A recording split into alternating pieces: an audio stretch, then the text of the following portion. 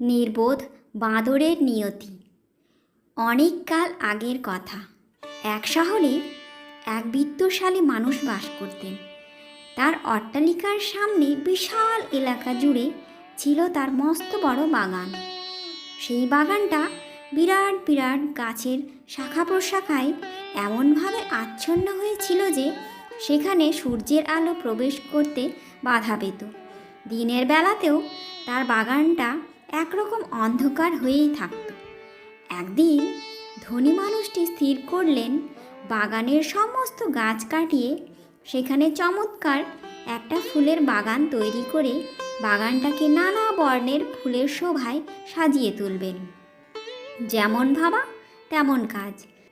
তিনি তার লোকজনদের বাগানের গাছ কাটার কাজে নিয়োগ করলেন। যথারীতি তার নির্দেশ মতো তারা গাছ কাটার কাজ শুরু করলো, আর তা চলতে লাগলো কয়েকদিন ধরে। একটু দূরের আর একটা গাছ থেকে একটা বাঁদর সারাদিন ধরে লোকগুলোর গাছ কাটা লক্ষ্য করত। একদিন সন্ধেবেলা লোকগুলো যখন তাদের কাজ শেষ করে বাগান থেকে বেরিয়ে গেল, তখন বাঁদরটা মনের সুখে মজা করার জন্য এসে ঢুকলো সেই বাগানে। হঠাৎ পড়ে থাকা একটা গাছের গুঁড়ির দিকে তার নজর পড়ল। ফাঁকা জায়গায় মজা করার এমন সুযোগ দেখে সে মোটেই দেরি না করে এক লাফে উঠল গিয়ে সেই গুঁড়িটার ওপর। গুঁড়িটা লম্বালম্বিভাবে চেরাই করা হচ্ছিল মাঝখান থেকে।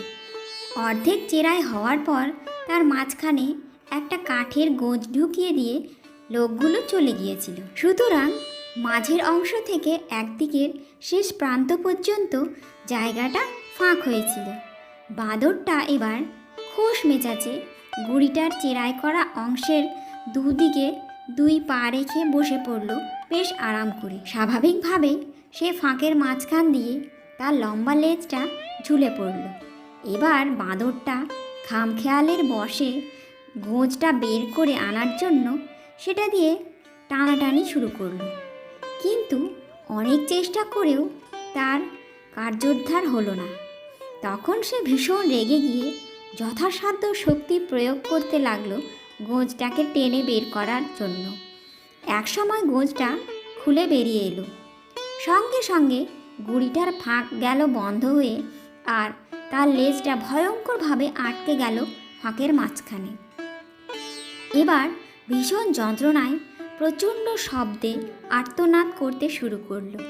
সে অস্থির হয়ে সব রকমভাবে চেষ্টা করলো নিজেকে সেখান থেকে মুক্ত করার জন্য, কিন্তু তার সমস্ত চেষ্টা আর পরিশ্রম নিষ্ফল হয়ে গেল। সারা রাত ধরে মর্মান্তিক যন্ত্রণা আর কষ্টে ভুগে একসময় বাঁদরটার মৃত্যু হলো।